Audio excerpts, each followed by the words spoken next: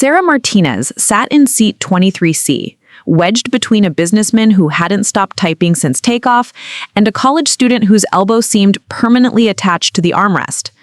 Flight 447 from San Diego to Virginia Beach was packed, and as economy passenger 156, she was just another face in the crowd. The flight attendant barely glanced at her as she distributed pretzels, and the person in front had reclined their seats so far back that Sarah could count their dandruff flakes. This wasn't exactly the homecoming she had envisioned. Before we jump back in, tell us where you're tuning in from, and if this story touches you, make sure you're subscribed because tomorrow I've saved something extra special for you. Sarah pressed her forehead against the small window, watching the patchwork of farmland roll by 35,000 feet below. Her reflection stared back, tired brown eyes, shoulder-length black hair pulled into a practical ponytail, and the kind of exhaustion that sleep couldn't cure. She looked like any other 28-year-old traveling for business or visiting family. What you couldn't see was the Purple Heart tucked away in her carry-on bag, or the medical discharge papers that had ended her military career 3 months earlier. The irony wasn't lost on her. Here she was, flying over the country she had served for 8 years, relegated to a cramped middle seat while businessmen in first class sipped champagne and complained about delayed meetings. Sarah had once commanded respect in briefing rooms where colonels hung on her every word. She had coordinated air support missions that saved countless lives and had earned commendations that most soldiers only dreamed of. But now, civilian life had reduced her to passenger 156, invisible and unremarkable. Her phone buzzed with a text from her sister. "Can't wait to see you. Mom's making your favorite dinner. Dad keeps checking his watch every 5 minutes." Sarah smiled for the first time in hours. Her family had been her anchor throughout her recovery, never asking too many questions about why she had left the Air Force or what had happened during her last deployment. They simply welcomed her home with open arms and unconditional love. The turbulence hit without warning, jolting passengers from their afternoon naps and causing drinks to splash across tray tables. The captain's voice crackled over the intercom. "Ladies and gentlemen, we're experiencing some unexpected rough air. Please remain seated with your seatbelts fastened." Sarah instinctively gripped her armrests, her military training kicking in as she assessed the situation. This wasn't normal turbulence. The aircraft was shuddering in a way that suggested something more serious. She noticed the flight attendants' faces first. Their practiced smiles had vanished, replaced by the kind of controlled concern that comes from years of emergency training. They moved with purpose, checking overhead bins and speaking in hushed tones into their communication devices. The businessman next to Sarah finally stopped typing, his knuckles white as he gripped his laptop. "This doesn't feel right," whispered the college student, her voice trembling. Sarah turned to reassure her, drawing on the leadership skills that had once made her one of the youngest tactical air control party specialists in Air Force history. "It's going to be okay," she said firmly, her voice carrying the authority that had once guided fighter jets through hostile airspace. But even as she spoke the words, Sarah's trained ear picked up sounds that made her stomach clench. The engine noise had changed, becoming irregular and strained. She had spent enough time around aircraft to recognize when something was seriously wrong. Her hand unconsciously moved to her phone, where her emergency contact information included a number most civilians would never recognize, a direct line to the North American Aerospace Defense Command. The plane lurched again, this time dropping what felt like hundreds of feet in seconds. Oxygen masks tumbled from overhead compartments, and the cabin filled with the sounds of frightened passengers and crying children. Sarah's military instincts took over completely now. She helped the elderly woman across the aisle secure her mask, then turned to assist others nearby. Her movements were calm and methodical, a stark contrast to the chaos surrounding her. "We need to prepare for an emergency landing," the captain announced, his voice steady despite the gravity of the situation. "Flight attendants, please prepare the cabin." Sarah's blood ran cold. She had been in enough crisis situations to know that pilots don't use the phrase emergency landing unless all other options have been exhausted. As passengers around her prayed, cried, or frantically called loved ones, Sarah found herself thinking about the mission she had never completed, the one that had ended her career and landed her in a military hospital for 6 weeks. She thought about the soldiers she couldn't save and the coordinates she had called in too late. If this plane went down, would her story end as just another casualty statistic? Another name on a passenger manifest? The aircraft continued its descent, but something felt different now. The shaking had stabilized, and the engine noise, while still concerning, had found a rhythm. Sarah looked out her window again and saw something that made her heart skip a beat. In the distance, barely visible against the afternoon sky, were two distinctive blue and yellow aircraft flying in perfect formation. Her military training kicked in immediately.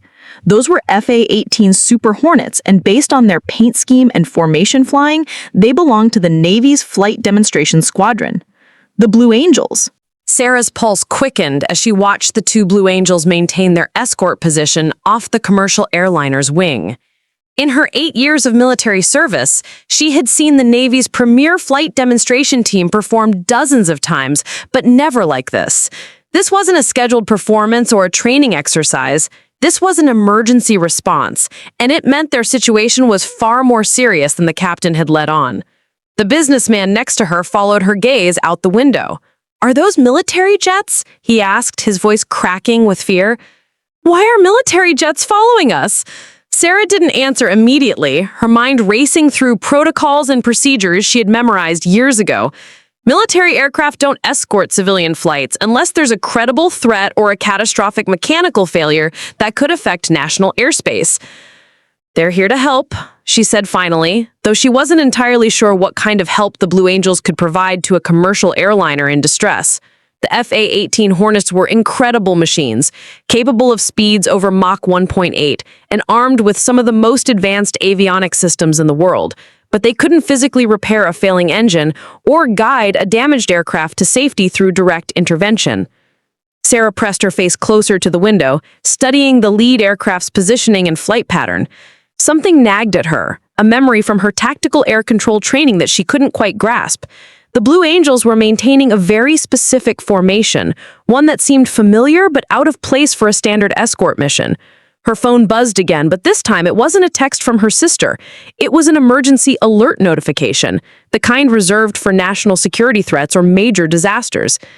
"Ladies and gentlemen," the captain's voice returned, steadier now, but still grave. "We've established contact with military escort aircraft who will be guiding us to the nearest suitable airfield.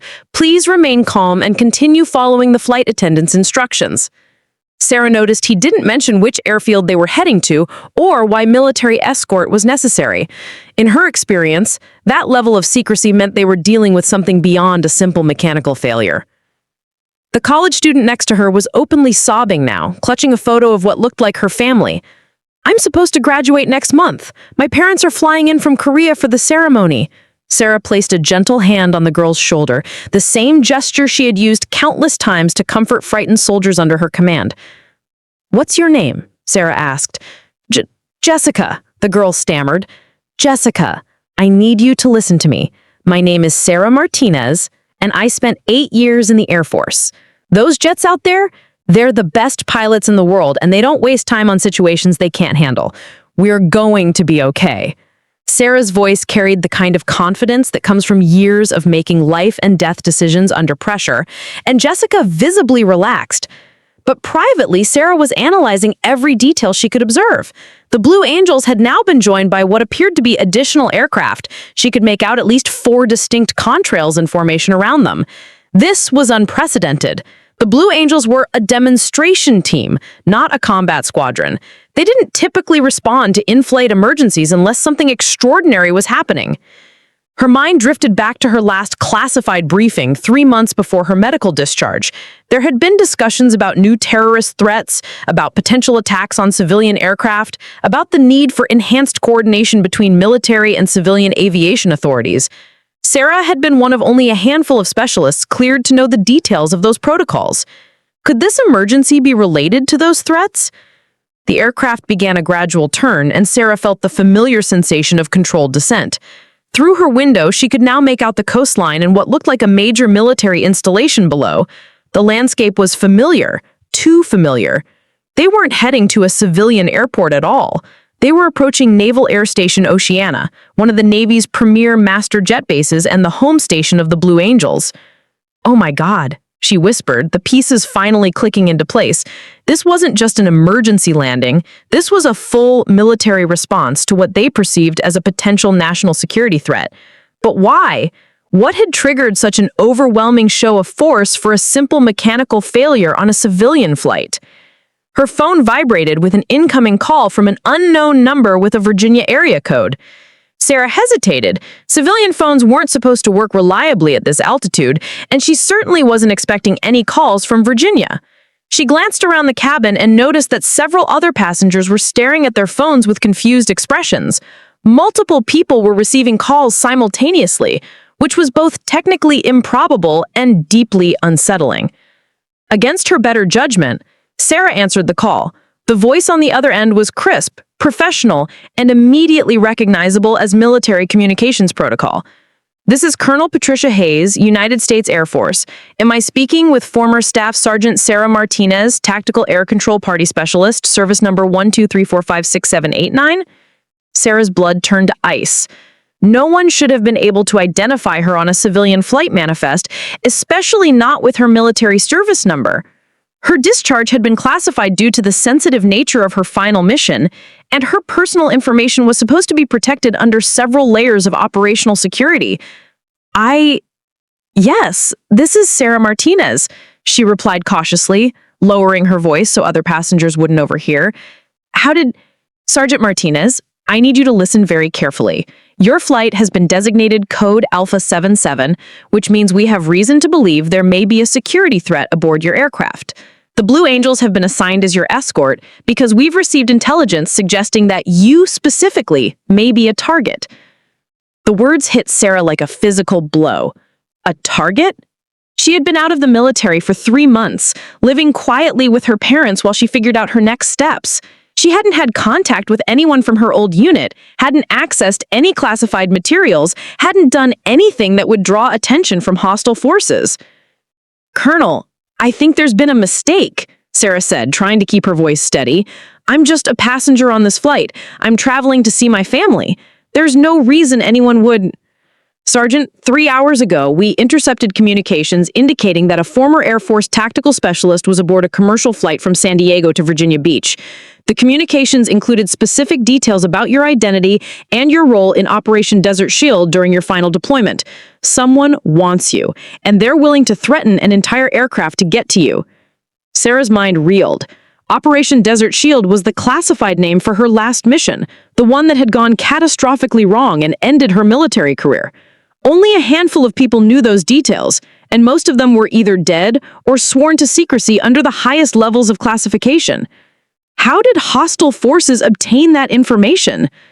What do you need me to do? She asked, her training overriding her fear. She was a soldier first, and soldiers faced threats head on.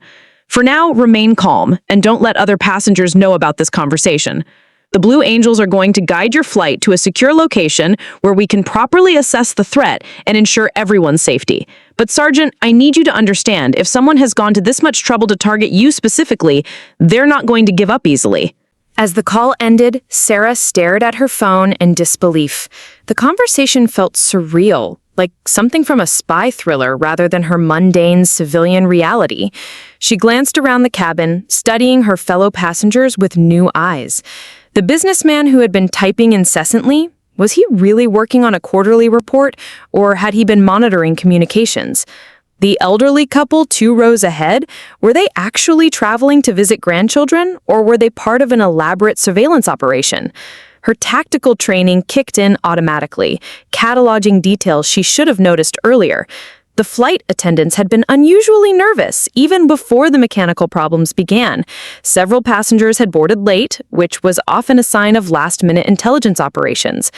And now that she thought about it, the passenger manifest for this flight had seemed unusually full for a Tuesday afternoon, not the typical demographics for leisure or business travel. She forced herself to breathe slowly and methodically, the way she had learned during her prisoner of war survival training. Panic was the enemy of clear thinking, and right now she needed every bit of mental clarity she could muster. If Colonel Hayes was right and hostile forces were specifically targeting her, then everyone on this aircraft was in danger because of her presence. The memories of Operation Desert Shield came flooding back despite her efforts to suppress them. It had been her final mission as a tactical air control party specialist, coordinating close air support for a joint task force operating in a classified location in the Middle East. Intelligence had indicated a high-value target was meeting with several terrorist cell leaders in a remote compound. Sarah's job was to guide precision strikes that would eliminate the threats while minimizing civilian casualties. But the intelligence had been wrong, catastrophically, tragically wrong. The compound hadn't housed terrorist leaders. It had been a medical facility treating wounded civilians, including dozens of children. Sarah's coordinates had been perfect, her communication with the pilots flawless, and the missile strikes had been devastatingly accurate. By the time ground forces reached the site and realized the mistake, 37 innocent people were dead, including 12 children under the age of 10. The official report had classified the incident as an intelligence failure, absolving Sarah of direct responsibility, but she knew the truth. She had called in those coordinates. She had confirmed the target. She had guided those missiles to their destination.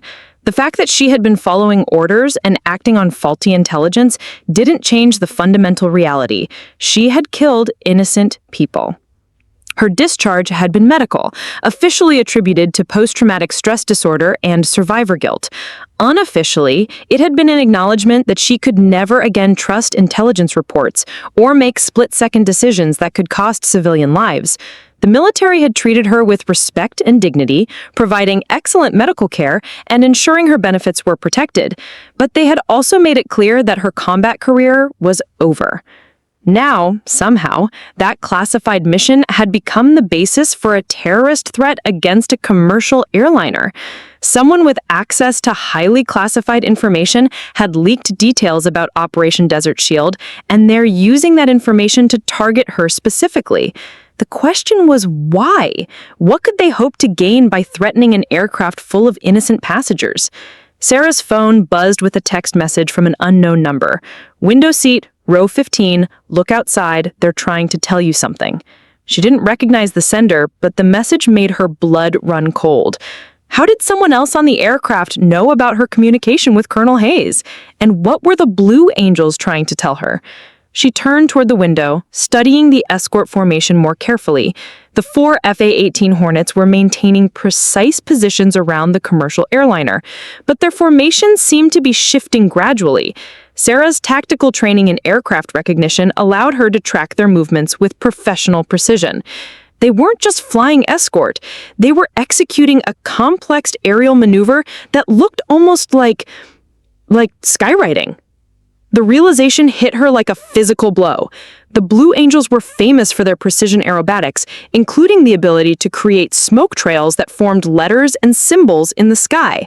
But they typically only did that during air shows and public demonstrations, not during emergency escort missions. Unless Sarah pressed her face against the window, straining to see the smoke trails being generated by the Blue Angels. The afternoon sun made it difficult to make out details, but gradually she began to recognize a pattern. The lead aircraft was creating a series of short bursts and long trails, dots and dashes, that looked suspiciously like Morse code. Her heart pounded as she mentally translated the pattern. S-H-I-E-L-D. Shield. They were spelling out shield in smoke trails, visible to anyone who knew how to read Morse code. But why? What was the significance of that word in the context of her current situation? Then she remembered. Operation Desert Shield hadn't been the official name of her final mission. That had been Operation Desert Shield. But her call sign during that deployment had been different. Her personal identifier, known only to her direct chain of command and the pilots she worked with, had been Shield Sister. The Blue Angels knew who she was. More than that, they knew details about her military service that shouldn't have been accessible to a Navy demonstration squadron. Someone with very high-level security clearance had briefed them about her identity and her operational history. Sarah's phone rang again. This time, the caller ID showed a number she recognized from her military service, the direct line to the Pentagon's National Military Command Center. She answered immediately. Sergeant Martinez, this is General Patricia Washington, United States Air Force. I apologize for the unusual circumstances of this contact, but we have a developing situation that requires your immediate attention.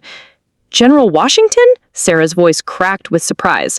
General Washington was one of the highest-ranking women in the Air Force, a living legend who had broken barriers and shattered glass ceilings throughout her career. She had met her once, briefly during a commendation ceremony, but she never imagined the general would know her name.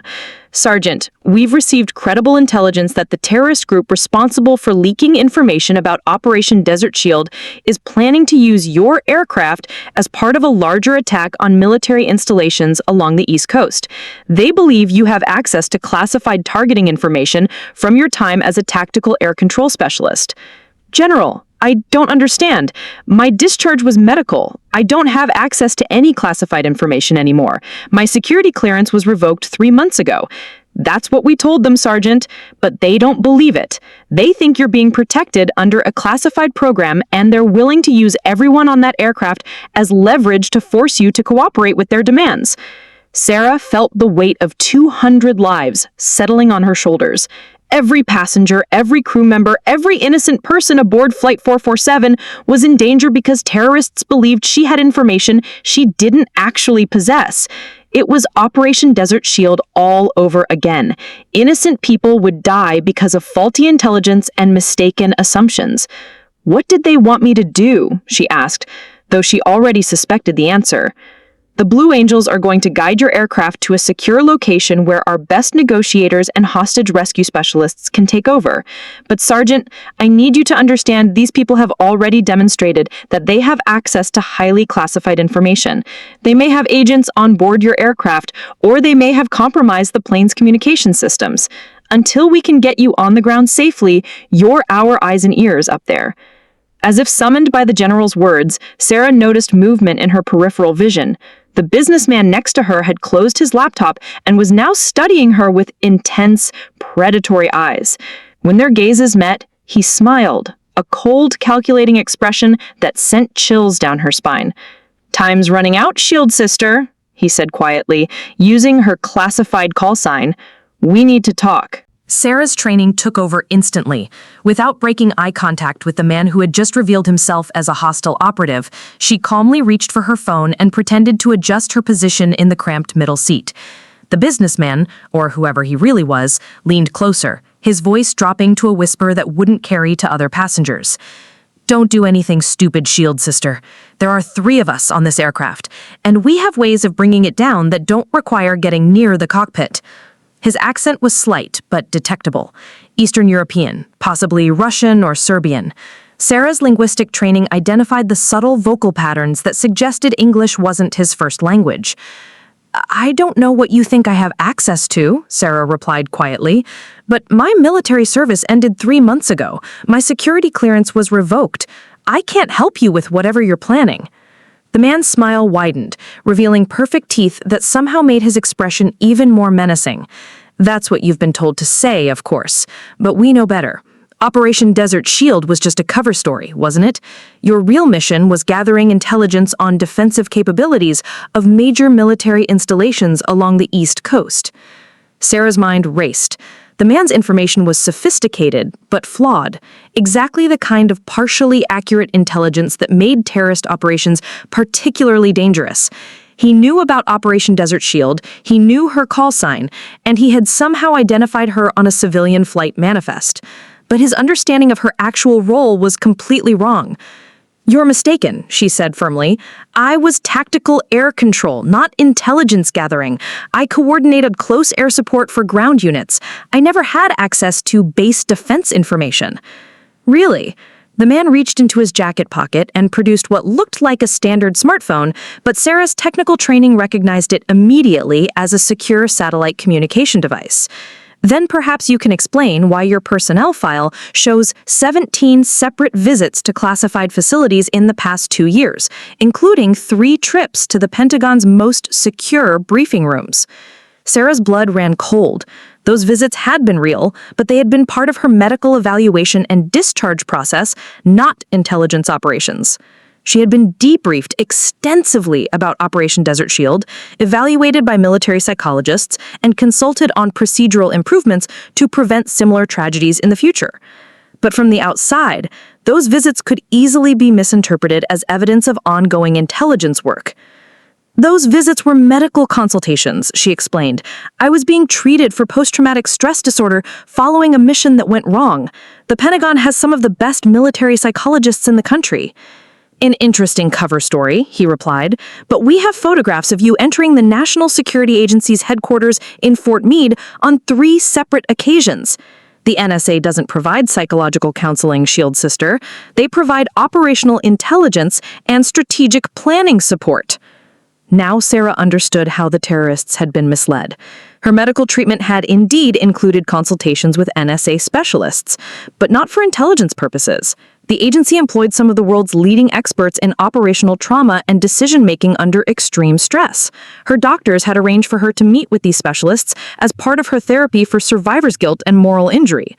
But those visits, viewed from the outside by hostile surveillance, would look exactly like ongoing intelligence operations. The terrorists had built an entire conspiracy theory around incomplete information and misunderstood medical consultations. Listen to me very carefully, Sarah said, her voice carrying the authority she had once used to command respect in military briefing rooms. You've made a fundamental error in your intelligence gathering. Those NSA visits were medical consultations with trauma specialists. I don't have access to base defense information because I never needed that information to do my job. The man's expression shifted slightly, uncertainty flickering across his features. If that's true, then you're of no use to us. The implication hung in the air like a death sentence. If the terrorists concluded that Sarah couldn't provide the information they needed, they would have no incentive to keep the aircraft and its passengers safe. 200 innocent people would die because of a misunderstanding about her medical treatment. Her phone buzzed with another text message, this time from the number Colonel Hayes had called from earlier. We're tracking 3 individuals who boarded in Phoenix with false documentation. Can you identify them without alerting them to your knowledge? Sarah pretended to read a text from her family while actually studying the cabin around her. The man next to her was obvious now that he had revealed himself. But where were the other 2 operatives? Her tactical threat assessment training kicked in as she systematically examined every passenger within her line of sight. 2 rows ahead, the elderly woman who had been knitting throughout the flight was no longer focused on her yarn. Instead, she was watching the flight attendants with the kind of professional attention that Sarah recognized from her own surveillance training. Her hands, now that Sarah looked more carefully, showed calluses and muscle development consistent with weapons training, not domestic crafts. The 3rd operative was more difficult to spot, but Sarah eventually identified him based on his positioning and behavior patterns. A young man in the window seat across the aisle had been reading the same page of his magazine for the past 20 minutes while maintaining perfect situational awareness of everyone around him. His clothing suggested he was a college student, but his posture and alert gaze marked him as trained military or intelligence personnel. Sarah committed their positions to memory, then carefully typed a response to Colonel Hayes' text message. Identified. Middle seat, my row. Elderly woman, row 21. Young male, window seat across from me. All showing professional surveillance awareness. The response came back immediately.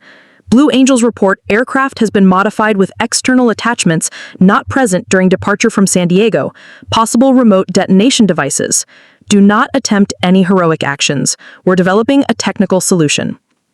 External attachments meant the explosive devices were mounted on the aircraft's exterior, probably during the Phoenix layover when passengers had been kept on board, but maintenance crews had access to the plane.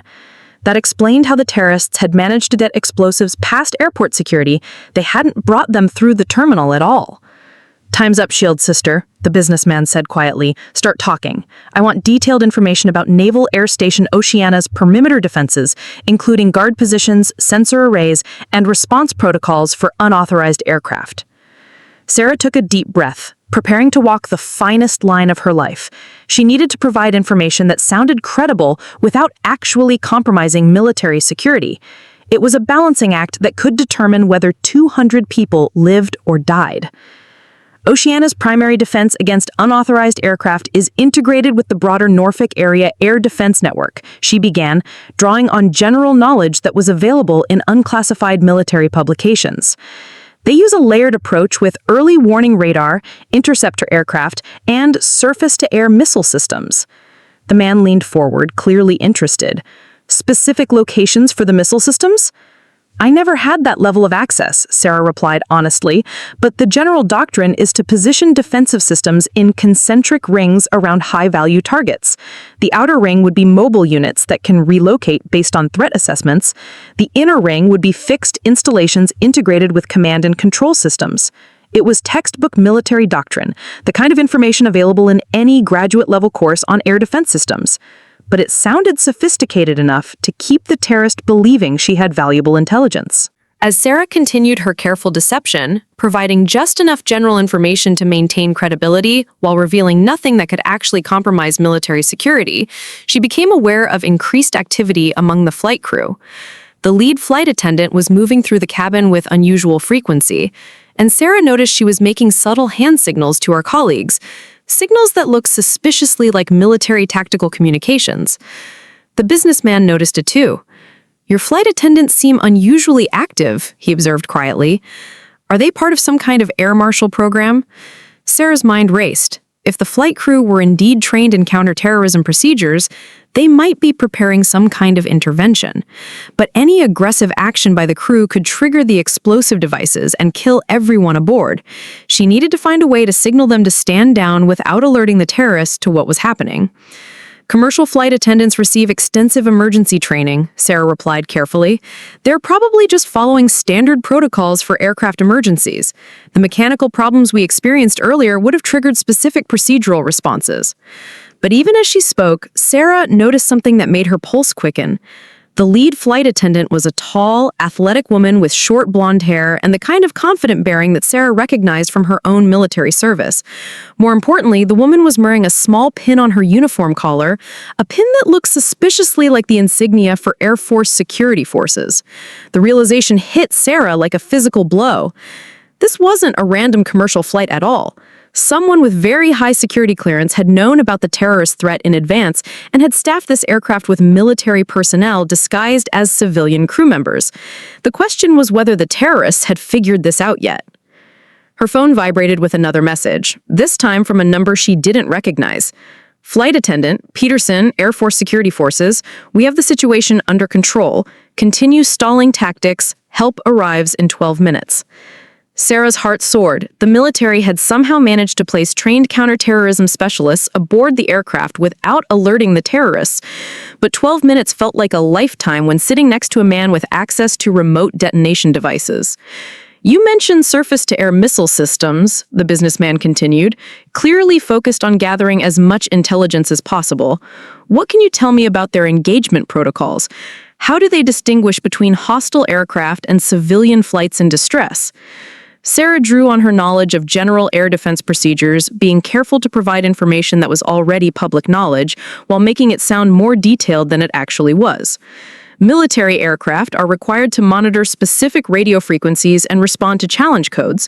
Civilian aircraft typically file flight plans that are coordinated with military air traffic control to prevent engagement by defensive systems. And if a civilian aircraft deviates from its filed flight plan, there are escalating response procedures. First, attempts at radio contact and visual identification, then escort by interceptor aircraft to guide the civilian plane back to its authorized route.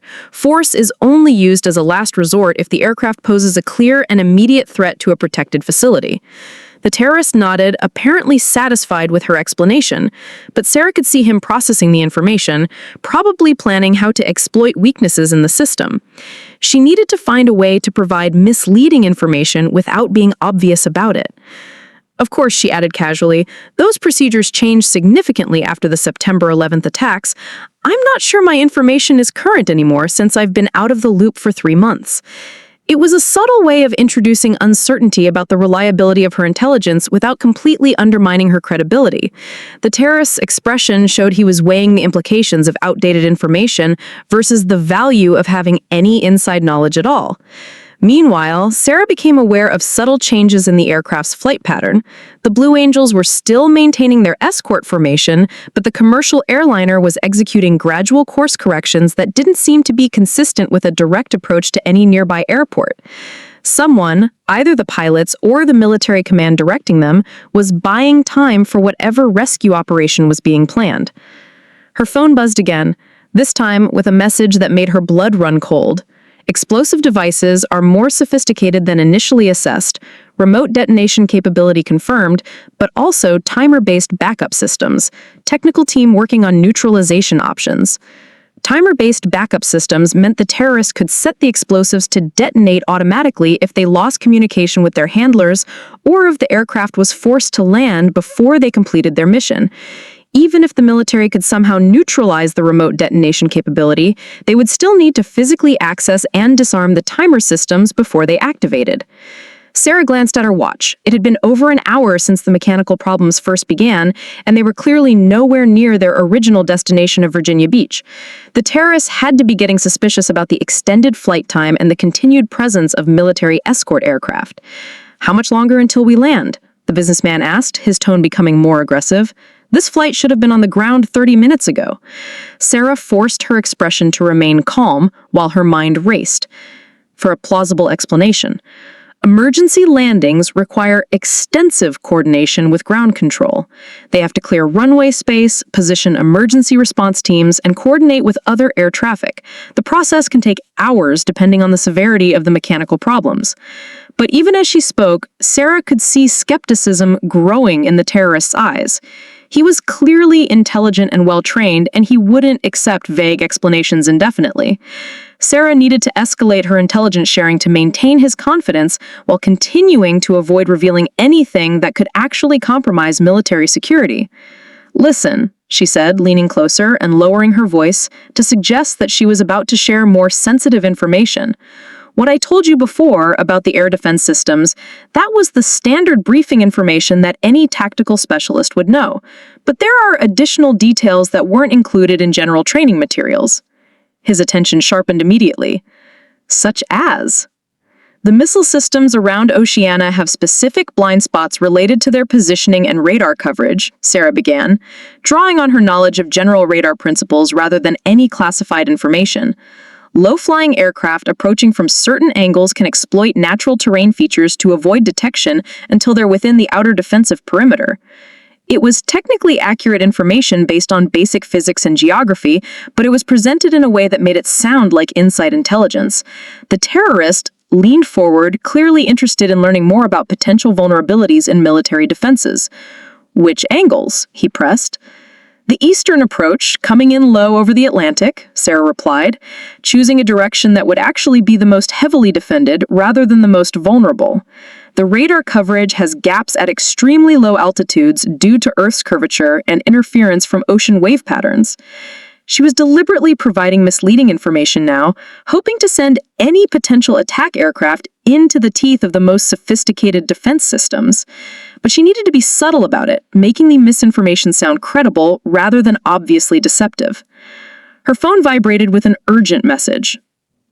8 minutes to intercept. Need you to get terrorists focused away from windows. Technical team preparing external approach to explosive devices. Sarah's pulse spiked. The military was planning some kind of external intervention that would require approaching the aircraft from outside, probably specialists rappelling from helicopters or using some other high-risk technique to access the explosive devices. If the terrorists saw the rescue operation in progress, they would certainly detonate the bombs immediately. "You know," Sarah said to the businessman, "I have some technical manuals on my laptop that might be useful to you. Unclassified training materials, but they include detailed diagrams of typical airbase layouts and defensive positioning." "Show me," he demanded. Sarah reached for her laptop bag, moving slowly and deliberately to avoid any actions that might be interpreted as threatening. As she opened the computer and pretended to search through files, she noticed that the elderly woman 2 rows ahead was turned around and was watching them intently. Her expression was no longer that of a harmless grandmother. Her eyes were cold, calculating, and entirely focused on Sarah's interaction with the businessman. "I need to find the right files," Sarah said, buying time as she pretended to navigate through her computer. These materials are organized by facility type and geographical region. Which specific installations are you most interested in? All of them, he replied tersely, but start with Oceana and Langley. Those are our primary targets. The casual way he mentioned primary targets sent chills down Sarah's spine. This wasn't just an intelligence-gathering operation. These people were planning active attacks on major military installations. The information they were trying to extract from me would be used to plan operations that could kill hundreds of military personnel and civilians. Here we go, Sarah said, opening a random document on her laptop and turning the screen so the terrorists could see it. It was actually a resume template she'd been working on for civilian job applications, but from a distance it looked official enough to pass casual inspection. The businessman leaned closer to study the screen, his attention completely focused on what he believed were classified military documents. Sarah used his distraction to glance out the window, where she could see the Blue Angels maintaining their escort formation. But now there were additional aircraft in the distance, helicopters that were flying information with the jets, but staying far enough away to avoid detection by casual observation. Sarah's laptop screen had become the center of the terrorists' attention, giving her precious seconds to assess the rescue operation developing outside the aircraft. Through her window, she could make out at least 3 military helicopters maintaining formation with the Blue Angels, flying at a distance that kept them just below the horizon from most passenger viewpoints. But she could also see that time was running out. The afternoon sun was starting to set, and the changing light conditions would soon make aerial operations much more difficult. Her phone vibrated with another urgent message. 4 minutes to intervention. Whatever you're doing, keep doing it. Need all 3 targets distracted from external observation. The businessman was still studying her laptop screen, trying to make sense of what he believed were classified documents. But Sarah could see confusion growing in his expression as he realized the document didn't contain the technical information he was expecting. "This appears to be a personnel file," he said suspiciously. "Where are the facility diagrams and defensive positioning charts you mentioned?" Sarah's heart pounded as she realized her deception was about to be exposed. She needed a new strategy to keep the terrorists distracted for another 4 minutes, but she was running out of plausible explanations and fake documents. "The technical files are password protected," she said quickly. "I need to access them through a secure military network connection. But I think I can use the aircraft's Wi-Fi system to establish a VPN tunnel to the Pentagon's unclassified database." It was complete nonsense from a technical standpoint. Civilian aircraft Wi-Fi couldn't access military networks, and the Pentagon's unclassified database wouldn't contain the kind of information the terrorists were seeking. But it sounded sophisticated enough to buy her a few more minutes if the businessman didn't have extensive technical knowledge. "Do it," he ordered. "But remember, we're monitoring all communications from this aircraft. Any attempt to send alerts or call for help will result in immediate detonation." Sarah opened a web browser and began typing random commands into what looked like a terminal interface, hoping the terrorist wouldn't realize she was just generating meaningless text on the screen. As she worked, she became aware of subtle changes in the aircraft's motion, slight vibrations and course corrections that suggested external forces were acting on the plane. Through her peripheral vision, she could see that the elderly woman 2 rows ahead had pulled out what looked like a standard smartphone, but was holding it in a way that suggested it might actually be a detonation device. Her thumb was hovering over what appeared to be a large red button, and her attention was split between watching Sarah and monitoring something outside the window. The young man across the aisle had abandoned any pretense of reading his magazine and was now openly watching the cabin for signs of resistance or intervention. His positioning gave him clear lines of sight to both the cockpit area and the main passenger compartments. And Sarah noticed he had moved his carry-on bag to a position where he could access it quickly if needed. "I'm getting authentication errors," Sarah announced, continuing her fictitious attempt to access military databases. "The network security protocols may have been updated since my clearance was revoked. Let me try a different approach."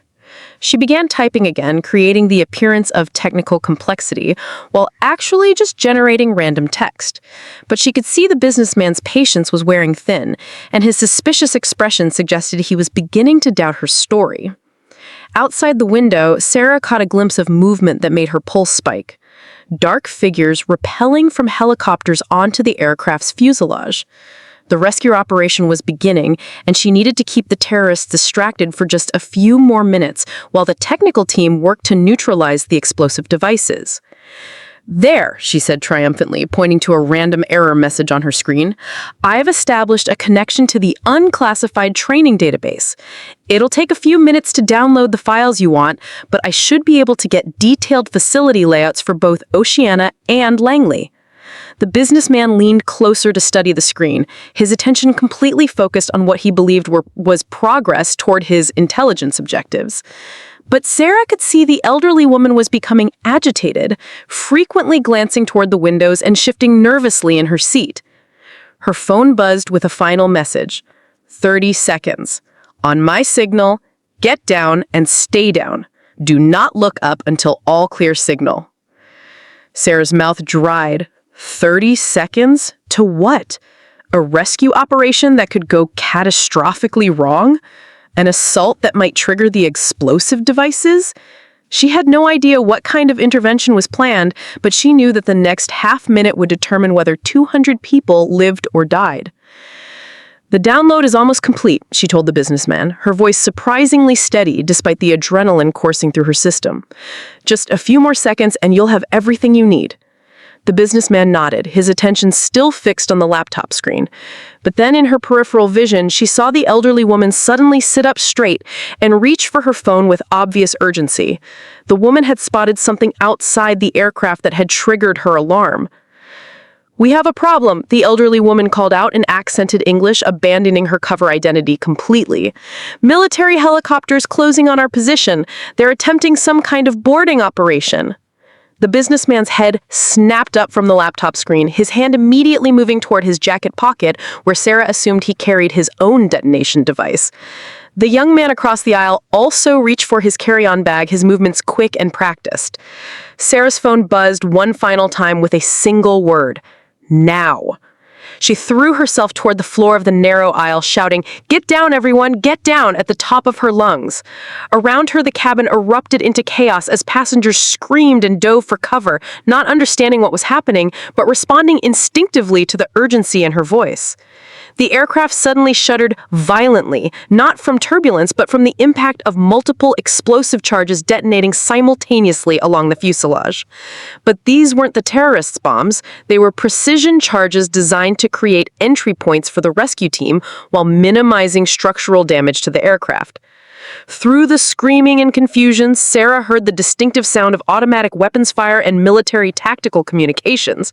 The rescue operation was underway, and professional soldiers were aboard the aircraft engaging the terrorists in close-quarter combat.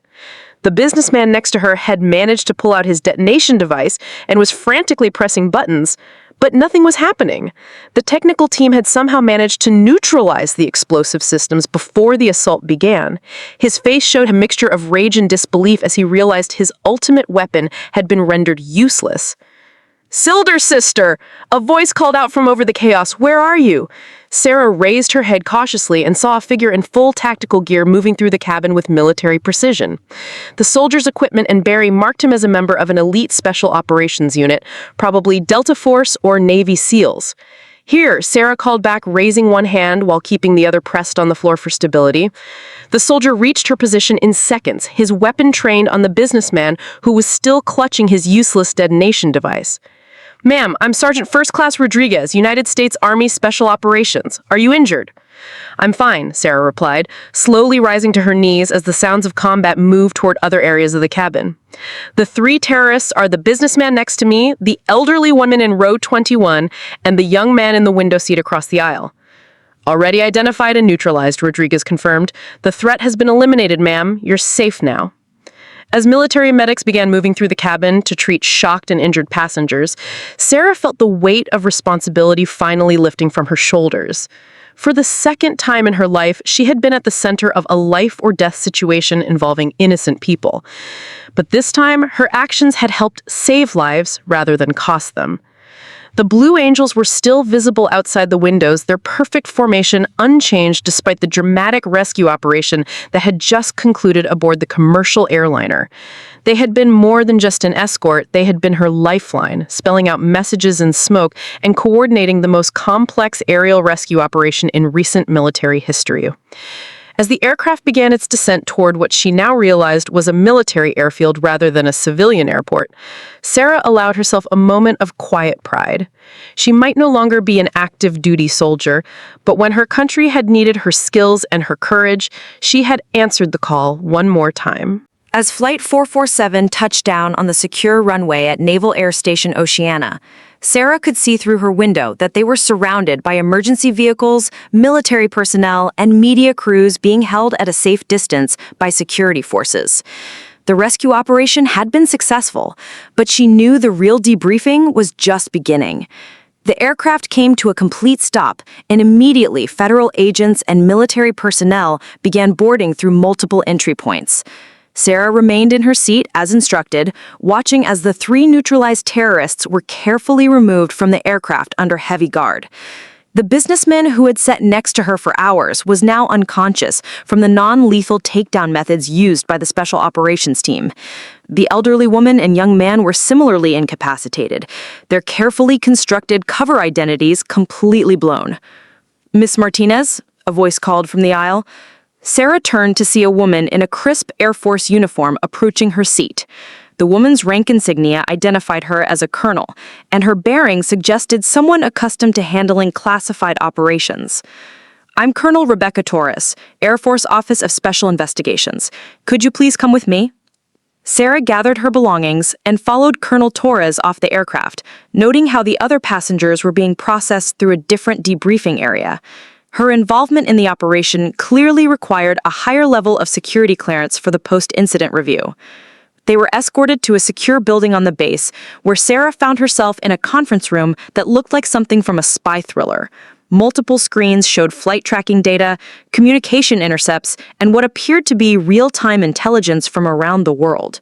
Several high-ranking military officers were present, including General Patricia Washington, who had coordinated with Sarah during the crisis. "Sergeant Martinez," General Washington said as Sarah entered the room, "please have a seat. I know this has been an extremely difficult day, but we need to debrief you while the events are still fresh in your memory." Sarah took a seat at the large conference table, feeling somewhat overwhelmed by the level of attention her situation had generated. "General, I still don't understand how the terrorists obtained information about my military service, or why they believed I had access to classified intelligence about base defenses." Colonel Torres activated a large display screen that showed a complex timeline of events stretching back several months. "What I'm about to tell you is classified at the highest levels," she began. "The terrorist cell that targeted you today has been under surveillance by multiple intelligence agencies for over a year. They're part of a larger network that's been attempting to gather intelligence on U.S. military installations for planned attacks." The screen showed surveillance photos of the 3 terrorists from various locations around the world. Sarah recognized the businessman from the flight, but now she could see images of him in Moscow, Belgrade, and several Middle Eastern cities. The elderly woman appeared in photos from Vienna and Damascus, while the young man had been tracked through London, Paris, and Istanbul. The cell's intelligence gathering operation focused on identifying former military personnel who might have access to sensitive information, General Washington continued. "Your medical consultations at the Pentagon and NSA were observed by their surveillance teams, but they misinterpreted the purpose of those visits." "So they really believed I was still active in intelligence operations?" Sarah asked. "More than that," Colonel Torres replied. "They believed you were part of a classified program designed to hide high-value intelligence assets among civilian populations. Your medical discharge was seen as an elaborate cover story to protect your real identity as a deep cover operative." Sarah shook her head in disbelief. "That's completely absurd. Anyone with access to my actual military records would know I was a tactical air control specialist, not an intelligence officer." "That's true," General Washington agreed, "but the terrorists didn't have access to your complete military records. They were working with fragments of information obtained through cyber attacks, human intelligence networks, and surveillance operations." They filled in the gaps with assumptions that fit their preconceived theories about American intelligence operations. The display screen now showed a world map with red lines connecting various terrorist activities across multiple continents. The scope of the operation was far larger than Sarah had imagined, involving dozens of operatives and years of planning. The attack on your flight was intended to be the opening move in a coordinated assault on 3 major military installations, Colonel Torres explained. They believed that by forcing you to provide intelligence about defensive capabilities, they could significantly improve their chances of success in the main operations. But I don't have that kind of information, Sarah protested. Even if I had wanted to cooperate, I couldn't have provided what they were looking for. We know that, General Washington said, but your willingness to provide general information while avoiding anything that could actually compromise security was exactly the right approach. You bought us time to mount the rescue operation while keeping the terrorists engaged and distracted. Sarah felt a surge of relief that her improvised strategy had been effective. How did you manage to neutralize the explosive devices so quickly? That's where the Blue Angels played a crucial role beyond just escort duties, Colonel Torres replied. The demonstration team's aircraft are equipped with some of the most advanced electronic warfare systems in our inventory. They were able to jam the terrorists' communication systems and override the remote detonation controls while our technical specialists access the devices physically. The screen now showed detailed schematics of the explosive devices that had been attached to the aircraft during the Phoenix layover. Sarah was horrified to see how sophisticated and deadly they were. Enough explosive material to completely destroy the aircraft and kill everyone on board. The timer backup systems were the most challenging aspect, General Washington admitted. Our technical team had to physically access each device and disarm them manually while the aircraft was in flight. It was one of the most complex aerial technical operations ever attempted. Sarah thought about the subtle vibrations and course changes she had felt during the flight. That's what I was feeling during the rescue operation. Technicians working on the outside of the aircraft while we were airborne? Exactly, Colonel Torres confirmed. Navy SEALs rappelled from helicopters onto the aircraft and worked to disarm the devices while maintaining stealth from the terrorist operatives inside. It required unprecedented coordination between multiple military branches and specialized units. The magnitude of the operation was starting to sink in for Sarah. Hundreds of military personnel, multiple aircraft, and specialized equipment had all been mobilized to rescue a single commercial flight because terrorists had mistakenly believed I possessed classified intelligence. General, what happens now? Are there other terrorist cells that might still target me based on the same mistaken intelligence? That's something we're working to determine, General Washington replied. The 3 operatives captured today are providing valuable intelligence about their network structure and planned operations, but we have to assume that other cells may have received similar information about your supposed intelligence role. The implications were chilling. Sarah had thought her military service was behind her, but it seemed like the consequences of her past were going to follow her into civilian life in ways she never imagined. For the immediate future, we're recommending that you accept temporary placement in a witness protection program while we assess the ongoing threat level, Colonel Torres explained. Your family has already been contacted and provided with security protection as a precautionary measure. Sarah's heart sank. She had been looking forward to rebuilding her life with her family's support, but now even that simple goal seemed impossible. How long are we talking? That depends on how quickly we can roll up the remaining terrorist network, General Washington said. It could be weeks or it could be months. I'm sorry, Sergeant, but your actions today saved 200 lives. Unfortunately, that level of heroism comes with a price. Over the next several hours, Sarah found herself at the center of the most comprehensive counterterrorism debriefing she had ever experienced. Intelligence analysts from multiple agencies took turns questioning her about every detail of her interaction with the terrorists, looking for clues that might help them understand the broader conspiracy. What emerged from the investigation was far more troubling than anyone had initially realized.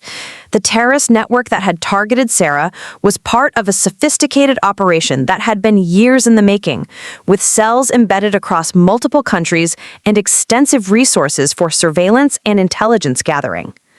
The level of planning and coordination we're seeing is unprecedented for a non-state actor, explained CIA analyst Dr. Jennifer Walsh as she reviewed intercepted communications on a secure tablet. These people had access to classified information about your medical consultations, your travel plans, and even details about your family members. That suggests either a major security breach or assistance from hostile foreign intelligence services. Sarah felt a chill as she realized the full scope of what she had become involved in. You're saying this isn't just about terrorism, it's about state-sponsored espionage operations? That's exactly what we're saying, confirmed FBI Director Sarah Chen, who had flown in from Washington specifically for this debriefing. The sophistication of the intelligence gathering, the quality of the false documentation used by the operatives, and the complexity of the explosive devices all point to resources that exceed typical terrorist capabilities.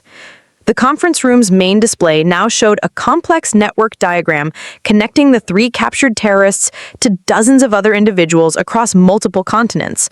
Red lines indicated confirmed communications, while yellow lines showed suspected relationships and operational connections. The businessman who sat next to you on the flight is actually a former Russian military intelligence officer named Viktor Petrov. He's been operating under deep cover in the United States for at least 3 years, building a network of assets and gathering intelligence on military installations. The elderly woman is Marta Kozlov, a veteran operative with ties to several Eastern European intelligence services. She specialized in surveillance and target identification operations, Director Chen added. The young man was recruited more recently. He's actually an American citizen who was turned during a study abroad program in Eastern Europe. Sarah struggled to process the implications. So this was a long-term intelligence operation, not just a terrorist attack? Both, General Washington replied. The intelligence gathering was laying the groundwork for planned terrorist attacks on multiple military installations. Your perceived role as a deep cover intelligence asset made you a high-value target for both intelligence extraction and operational planning. The screen now showed satellite imagery of Naval Air Station Oceana, Langley Air Force Base, and other military facilities along the East Coast. Each image was marked with indicators showing where terrorist attacks had been planned and how the intelligence they hoped to extract from Sarah would have been used. If they had succeeded in obtaining detailed information about defensive capabilities and response protocols, the planned attacks could have been devastating. We're talking about potential casualties in the hundreds, along with significant damage to critical military infrastructure. Sarah felt the weight of responsibility settling on her shoulders once again. Her actions during the flight had prevented not just the deaths of 200 passengers, but potentially hundreds more casualties from the planned follow-up attacks. There's something else you need to know, Director Chen said, her expression becoming even more serious. The intelligence we've gathered suggests that you weren't the only former military personnel being targeted by this network. They've been systematically identifying and surveilling dozens of veterans who they believe might have access to classified information. The implications were staggering. If the terrorist network had been targeting multiple veterans based on the same mistaken assumptions about their intelligence value, there could be other operations in progress right now. How many others are at risk? Sarah asked. We've identified at least 47 former military personnel who appear to have been under surveillance by this network. Most of them are veterans like yourself who received medical treatment or consultation services at classified facilities, leading to the same misinterpretation of their actual roles and access levels. We're in the process of contacting each of them and providing appropriate security measures. But your case was unique because the terrorists decided to act on their intelligence rather than continuing their surveillance operations. Sarah realized that her experience on Flight 447 might be just the beginning of a much larger counterterrorism operation. What do you need from me to help protect the others? Your cooperation in the ongoing investigation is crucial, Director Chen replied. The terrorists' interrogation is providing valuable intelligence, but we need your perspective on their operational methods and the specific information they were seeking. Over the next hour, Sarah provided detailed accounts of every conversation she had had with the terrorists, every question they had asked, and every piece of information they had revealed about their plans and motivations. The intelligence analysts took careful notes, looking for patterns and connections that might help them identify other planned operations. One thing that's particularly interesting is the sophistication of their psychological profiling. They knew exactly how to approach you, using your military background and sense of duty to manipulate you into providing information. That suggests extensive training in human intelligence techniques, Dr. Walsh observed. They also demonstrated detailed knowledge of military protocols and procedures, Sarah added. That level of technical knowledge confirms our assessment that this was a state-sponsored operation, Colonel Torres concluded. Terrorist groups typically don't have access to detailed information about specialized military roles and procedures. As the debriefing continued into the evening, Sarah began to understand that her involvement in this incident had made her a valuable intelligence asset for her own government. Her first-hand experience with the terrorist network's methods and objectives provided insights that couldn't be obtained through traditional intelligence gathering. Sergeant Martinez, General Washington said as the formal debriefing session concluded, "I want you to know that your actions today have prevented what could have been one of the most devastating terrorist attacks in recent history. Your courage, your tactical thinking, and your ability to maintain operational security under extreme pressure exemplified the highest traditions of military service." Sarah felt a surge of pride, but also apprehension about what came next. "General, what's my role in the ongoing investigation?" "That's something we'll need to discuss over the coming days. For now, your safety and the safety of your family are our top priorities. But I suspect this won't be the last time your country calls on your expertise and experience." 3 days later, Sarah found herself in a secure safe house outside Washington, D.C., still trying to process everything that had happened since she had boarded Flight 447 as economy passenger 156. The media coverage of the incident had been carefully managed, with official statements describing it as a successful counterterrorism operation, without revealing the specific details of the plot or her role in preventing it. Her family had been relocated to a similar safe house, and while they were safe, the disruption to their lives weighed heavily on Sarah's mind. Her parents had asked few questions, understanding from her demeanor that the situation was both serious and classified. Her sister had been more direct.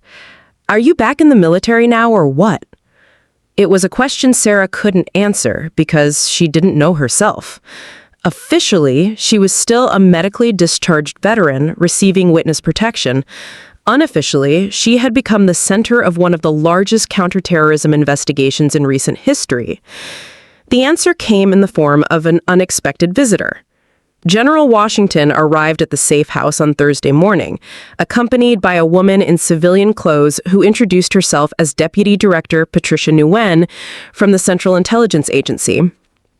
"Sergeant Martinez," General Washington began as they sat in the safe house's secure conference room, "we have a proposition for you. The investigation into the terrorist network has revealed something we didn't expect. They're planning additional operations, and they're specifically designed to exploit what they believe they learned from their surveillance of you and other veterans." Deputy Director Nguyen activated a portable secure display that showed intelligence reports from multiple sources.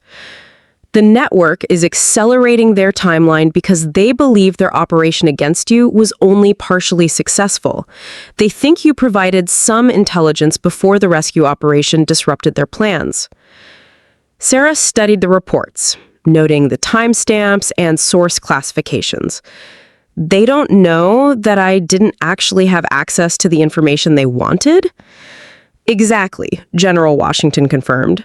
"Their intelligence suggests they believe you provided partial information about defensive capabilities, and they're planning to use that information in modified attack scenarios." "But the information I provided was either general knowledge or deliberately misleading," Sarah protested. "If they base their operations on what I told them, they should fail completely." "That's true for some of their planned operations," Deputy Director Nguyen agreed. "But they're also adapting their plans based on the assumption that you only provided limited information under duress. They're developing alternative approaches that don't rely on the specific intelligence they were seeking." The display now showed a timeline of planned terrorist activities extending over the next several months. The scope was breathtaking. Coordinated attacks on military installations, government facilities, and civilian targets across multiple states. Here's what we're proposing, General Washington continued. We want you to become an active participant in the counterintelligence operation against this network. Your unique experience with their methods and objectives makes you invaluable for predicting their next moves and developing effective countermeasures. Sarah felt a familiar surge of conflicting emotions. Part of her wanted to return to the simple civilian life she had been building with her family, but another part, the part that had been trained to serve her country and protect innocent lives, was already analyzing the intelligence reports and thinking about how to disrupt the terrorist plans. "What exactly are you asking me to do?" she asked. "We want you to work with a joint task force that's been established to counter the specific terrorist network. Your role would be as a special consultant, providing analysis and tactical recommendations based on your experience with their operational methods. It would be a civilian position, but with security clearances and access that would allow you to participate in the highest levels of the investigation. You'd be working directly with intelligence analysts, special operations planners, and counterterrorism specialists." Sarah studied the intelligence reports more carefully, noting the sophisticated planning and coordination that had gone into the terrorist network's operations. These weren't random attacks or ideologically motivated violence. They were carefully planned operations designed to cause maximum damage to American military capabilities. The network's leadership includes former military and intelligence personnel from several countries. They understand our defensive capabilities and procedures well enough to develop sophisticated countermeasures. We need someone who can think like they think and anticipate their tactical decisions. Someone who's been inside their operational mindset. Someone who's experienced their psychological manipulation techniques and understands how they gather and use intelligence. Sarah realized that her experience on Flight 447 had given her insights into the terrorist network that couldn't be replicated through traditional intelligence gathering. She had seen how they operated under pressure, how they made tactical decisions, and how they responded to unexpected developments. "If I agree to this, what happens to my family? They can't stay in witness protection indefinitely." The security arrangements would be modified based on the ongoing threat assessment. As we roll up more of the network and reduce the threat level, your family would be able to return to normal life with appropriate security precautions. "And what about my own safety? If I'm actively working against this network, I presumably become an even higher value target." "That's true," General Washington admitted, "but you'd be working from secure facilities with appropriate protection, and your involvement would be classified at levels that should prevent the terrorists from learning about your role in the counter-operation." Sarah found herself thinking about the 200 passengers who had been on Flight 447 with her, ordinary people who had found themselves at the center of a terrorist operation through no fault of their own. She thought about the military personnel who would be targeted in future attacks if the terrorist network wasn't stopped. And she thought about her own sense of duty and responsibility to use her unique skills and experience to protect others. "I need to discuss this with my family," she said finally. "They've already sacrificed enough because of my military service. I can't make this decision without considering how it affects them." "Of course," General Washington agreed. "Take the time you need. But I hope you'll seriously consider accepting this position. Your country needs your expertise, and the lives that could be saved by disrupting this terrorist network number in the thousands." As the meeting concluded, Sarah realized that her transition from military to civilian life was going to be far more complicated than she had ever imagined. The skills and experience that had made her valuable as a soldier were now making her valuable as a counterterrorism specialist. The question was whether she was ready to accept the risks and responsibilities that came with that role. That evening, Sarah sat with her family in the safe house's common area, trying to find the words to explain the choice she was facing. Her parents had been through this before when she had first enlisted in the Air Force, but that had been different, a young woman choosing to serve her country in peacetime. This was a combat veteran being asked to continue fighting a war that had followed her into civilian life. They want me to help with the investigation, she said carefully, limited by security restrictions and how much detail she could provide. The people who were on that flight, they're part of a larger organization that's planning more attacks. My experience with them could help prevent those attacks from succeeding. Her father, a Vietnam veteran himself, understood the implications immediately. This isn't just about consulting on an investigation, is it? They want you back in the fight. Sarah nodded. Not as a soldier, but as a civilian contractor working with intelligence agencies and special operations units. I'd be helping to plan counterterrorism operations against the network that targeted me. Her mother's expression showed the familiar mixture of pride and fear that Sarah remembered from her military deployment days. And if you say no, if you just want to come home and try to build a normal life, the protection arrangements would continue until the threat level is reduced, but the investigation would proceed without my input, and there's no guarantee it would be as effective without the insights I could provide. Her sister Maria leaned forward, her expression serious. Sarah, you've already given 8 years of your life to the military. You've earned the right to walk away from this and live for yourself. But have I? Sarah asked, voicing the question that had been haunting her since the meeting with General Washington. Those people on the plane, they were innocent civilians who got caught up in something because terrorists thought I had information I didn't actually have.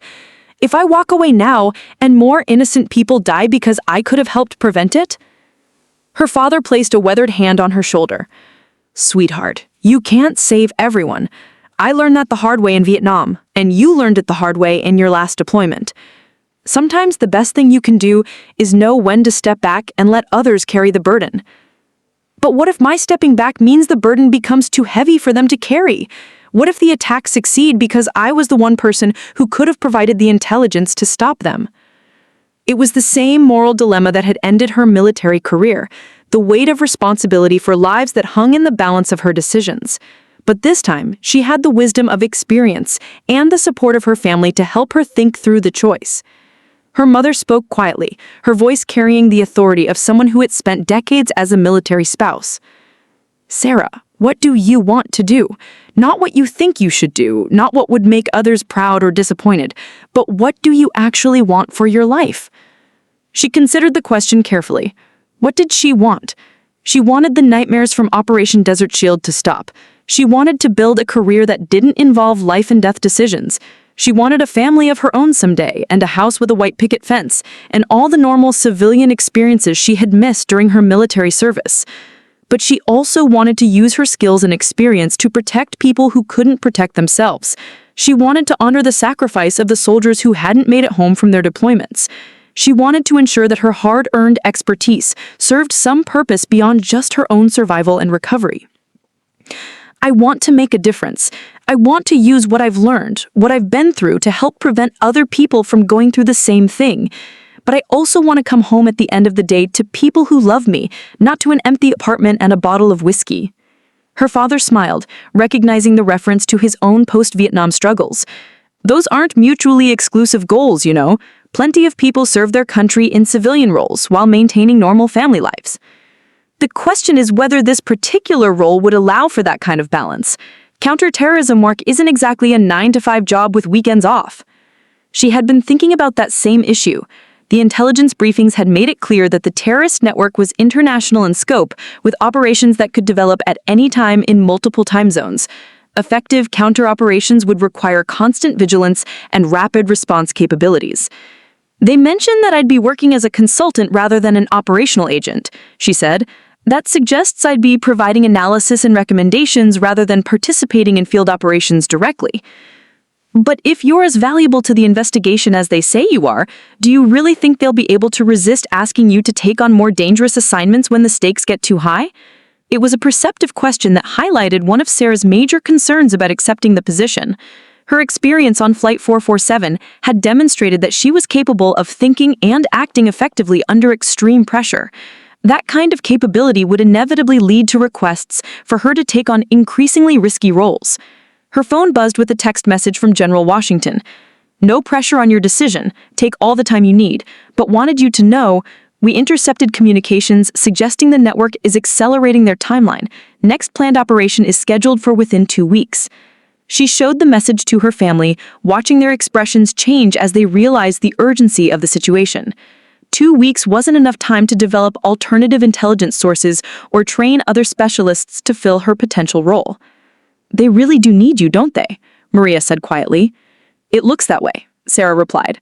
"The question is whether I'm ready to accept that level of responsibility again." Her father stood and walked to the window, looking at the security personnel stationed around the safe house. "You know, when I came back from Vietnam, I thought I was done with war forever. I just wanted to come home, get married, raise a family, and forget about everything I'd seen and done over there." He turned back to face his daughter. "But I learned that you can't really separate yourself from the experiences that shaped you. The skills I learned in combat, the leadership abilities I developed under pressure, the ability to make difficult decisions quickly, those things didn't disappear just because I put on civilian clothes." "So you think I should take the job?" Sarah asked. "I think you should take the job that lets you use your abilities to their fullest while still allowing you to build the life you want. If this position can provide that balance, then it might be exactly what you need. If it can't, then you should walk away and find something that can." Her mother joined the conversation again. "What would the work location be? Would you be traveling constantly, or would you be based somewhere we could visit regularly?" The briefing suggested I'd be working primarily from facilities in the Washington area. There might be some travel for specific operations, but it wouldn't be like military deployments. And the security arrangements for the family? They'd be modified as the threat level decreased, but there would probably be some ongoing precautions for the foreseeable future. "So basically, we all get to live with the consequences of your decision, whatever you choose. That's not fair to Sarah. She didn't ask to be targeted by terrorists, and she shouldn't have to feel guilty about the security measures that are necessary to protect all of us." "I know. I'm sorry. It's just frustrating to have our lives turned upside down by something completely beyond our control." Sarah understood her sister's frustration, but she also recognized the broader principle at stake. "Maria, if we let fear of consequences stop us from doing what's right, then the terrorists win. They don't have to kill us or hurt us directly, they just have to make us afraid enough to stop living our lives according to our values." It was a realization that crystallized her thinking about the choice she faced. Accepting the counterterrorism position would involve risks and sacrifices, but so would walking away from it. The question was not whether to accept risk, the question was which risks were worth accepting in service of which values. "I'm going to call General Washington," Sarah announced. "I'll accept the position, but with specific conditions about work schedules and family security arrangements." Her family exchanged glances, and she could see both pride and apprehension in their expressions. They understood that she was choosing to continue serving her country, but they also understood that she was doing it on her own terms and with their needs taken into consideration. "Are you sure about this?" her mother asked. "No," she replied honestly, "but I'm sure that I need to try. If it doesn't work out, if the demands become too much or the risks too great, I can always resign and find a different path, but if I don't try, I'll always wonder whether I could have made a difference." As she dialed General Washington's number, Sarah reflected on how much her perspective had changed since boarding Flight 447 as Economy Passenger 156. She had started that journey as a discharged veteran trying to escape her military past and build a civilian future. Now she was embarking on a new kind of service that would allow her to honor her past while building toward a different kind of future. The Blue Angels had spelled her name in smoke across the sky, marking her as someone worthy of recognition and respect. Now it was up to her to prove that recognition was deserved. 6 months later, Sarah Martinez stood on the observation deck of the Pentagon, watching as 6 blue and yellow F/18 Super Hornets executed a perfect diamond formation overhead. The Blue Angels were performing a commemorative flyover for the successful conclusion of Operation Shield Guardian, the counterterrorism operation that had dismantled the international network responsible for the Flight 447 incident. The view from the Pentagon was different from the cramped middle seat of Economy Passenger 156, but the sight of the Blue Angels still sent chills down her spine. These were the same pilots who had escorted her to safety, who had spelled messages in smoke when conventional communication wasn't possible, who had coordinated the most complex aerial rescue operation in modern history. "Quite a view from up here," said Deputy Director Patricia Newen, joining Sarah at the observation deck railing. "I imagine it's a bit different from your perspective on the aircraft." Sarah smiled, her eyes still following the Blue Angels as they transitioned into their signature break formation. Everything's different now. 6 months ago, I was a discharged veteran trying to figure out how to be a civilian. Today, I'm briefing senators on international terrorism threats and helping coordinate operations across 3 continents. The work had been everything General Washington had promised and more. Sarah's role as a special consultant to the Joint Counterterrorism Task Force had evolved from analyst to strategic planner to operational coordinator. Her unique insights into the terrorist network's methods had proven invaluable in predicting their movements and disrupting their planned attacks. More importantly, the work had given her a sense of purpose that had been missing since her medical discharge from the Air Force. She was still serving her country, still protecting innocent lives, but she was doing it in a way that allowed her to maintain the work-life balance she had negotiated with General Washington. The final after-action report came back from Brussels this morning. Deputy Director Nguyen continued. The cell that was planning the embassy attacks has been completely neutralized. That brings the total to 47 operatives arrested or eliminated across 12 countries. Sarah nodded, though she felt no satisfaction in the numbers. Each arrest represented a potential tragedy prevented, but it also represented human lives that had gone wrong somewhere along the way. The terrorist network had included former military personnel from several countries, people who had once sworn oaths similar to her own, but had somehow been turned against everything they had originally pledged to protect. Any word on the intelligence sources that enabled their operation? Sarah asked. That's still classified above both our pay grades, Deputy Director Nguyen replied, but I can tell you that the security protocols have been completely revised for personnel with your background and clearance history. What happened to you shouldn't be able to happen to anyone else. The Blue Angels had completed their commemorative flyover and were now executing a series of precision maneuvers that drew appreciative murmurs from the small crowd gathered on the observation deck. Sarah recognized several of the maneuvers from her tactical air control training, formations that were designed to demonstrate the incredible skill and coordination required for military aviation. Her phone buzzed with a text message from her sister.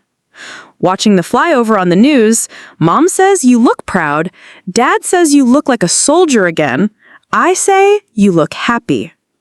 Sarah smiled at the message. Her family had adjusted to her new role better than any of them had expected.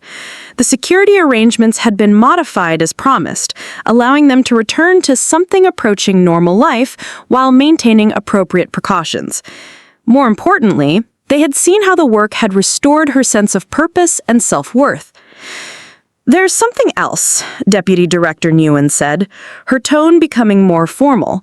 The Secretary of Defense wanted me to personally deliver this to you. She handed Sarah an official envelope bearing the seal of the Department of Defense. Inside was a citation for the Defense of Freedom Medal, one of the highest civilian honors that could be awarded for counterterrorism service. The citation specifically mentions your actions aboard Flight 447 and your subsequent contributions to Operation Shield Guardian, Deputy Director Nguyen explained.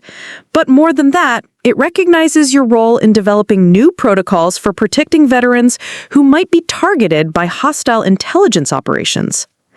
Sarah read the citation carefully, noting the language that described her as exemplifying the highest traditions of service to country and protection of civilian populations. It was formal, bureaucratic language, but it carried genuine meaning for someone who had spent months questioning whether her military service had been worthwhile. There's going to be a formal presentation ceremony next month, Deputy Director Nguyen continued. The Blue Angels have requested permission to provide the flyover for that event as well. Apparently, they consider you part of their extended family now. The idea of the Blue Angels considering her family was both humbling and deeply meaningful. These were some of the most elite pilots in the world, individuals whose skill and dedication represented the absolute pinnacle of military aviation. To be recognized by them as worthy of their respect and support was an honor that exceeded any official citation. "I need to ask you something," Sarah said to Deputy Director Nguyen. "The intelligence we gathered during this operation, it's being used to protect other veterans who might be targeted by similar networks, right?" "Absolutely," Deputy Director Nguyen confirmed. "Your case has become the template for identifying and protecting value targets among former military personnel. We've already prevented 3 similar operations from reaching the execution stage." Sarah felt a surge of satisfaction that had nothing to do with personal recognition. The trauma and terror of Flight 447 had been transformed into something that could protect others from experiencing the same ordeal. Her willingness to continue serving in a civilian capacity had multiplied the value of her sacrifice exponentially. The Blue Angels were completing their performance now, executing a final formation that spelled out letters in smoke against the afternoon sky. Sarah squinted to read the message, and her heart skipped a beat as she realized what they were writing. "Shield Sister" appeared in perfect white smoke letters across the blue sky above the Pentagon. "They do that at every flyover now," Deputy Director Nguyen said quietly. "It's become their unofficial tribute to veterans who continue serving in civilian roles. But today, it's specifically for you." Sarah felt tears welling up in her eyes as she watched the smoke letters gradually disperse in the afternoon breeze. The Blue Angels had given her a gift that transcended any official recognition. They had transformed her military call sign into a symbol of honor and continuing service. Her phone rang, and she was surprised to see that the caller was Colonel Rebecca Torres from the Air Force Office of Special Investigations. "Sergeant Martinez, I hope you're watching the flyover from somewhere with a good view." "I'm at the Pentagon, Colonel. It's quite a sight." "I wanted you to know that we've received approval for a special project that I think will interest you. We're establishing a new program to identify and support veterans who might be targeted by hostile intelligence operations. We'd like you to head up the program as a senior consultant." Sarah's pulse quickened. The opportunity to expand her work from reactive counterterrorism to proactive veteran protection was exactly the kind of challenge she had been hoping for. What would the program involve? Intelligence analysis, threat assessment, security consulting, and direct intervention when necessary. You'd be working with veterans across all service branches, helping them understand and mitigate risks they might not even know they face. It was the perfect evolution of her current role, using her unique experience and hard-earned expertise to protect people who had served their country with the same dedication she had shown. More importantly, it was a way to ensure that her traumatic experience on Flight 447 could be transformed into a lasting contribution to national security. "Colonel, I accept," Sarah said without hesitation. As the call ended, Sarah looked up at the sky where the Blue Angels had written her call sign in smoke. The letters were fading now, but their message would endure. She was no longer Economy Passenger 156, lost in the crowd and forgotten by history. She was Shield Sister, protector of those who protected others, guardian of those who had stood guard for their country. The Blue Angels had heard her code and spelled her name in smoke, marking her as someone worthy of recognition and remembrance. Now it was up to her to live up to that recognition, to continue serving with the same dedication and courage that had brought her to this moment. As the last wisps of smoke dispersed into the clear blue sky, Sarah Martinez walked back into the Pentagon, ready to begin the next chapter of her service to country and fellow veterans. She had started this journey as a discharged soldier trying to escape her past. She was continuing it as a civilian warrior, fully embracing both her history and her future. The Blue Angels' message would fade from the sky, but her commitment to service would endure forever. Up next, you've got 2 more standout stories right on your screen. If this one hit the mark, you won't want to pass these up. Just click and check them out. And don't forget to subscribe and turn on the notification bell so you don't miss any upload from us.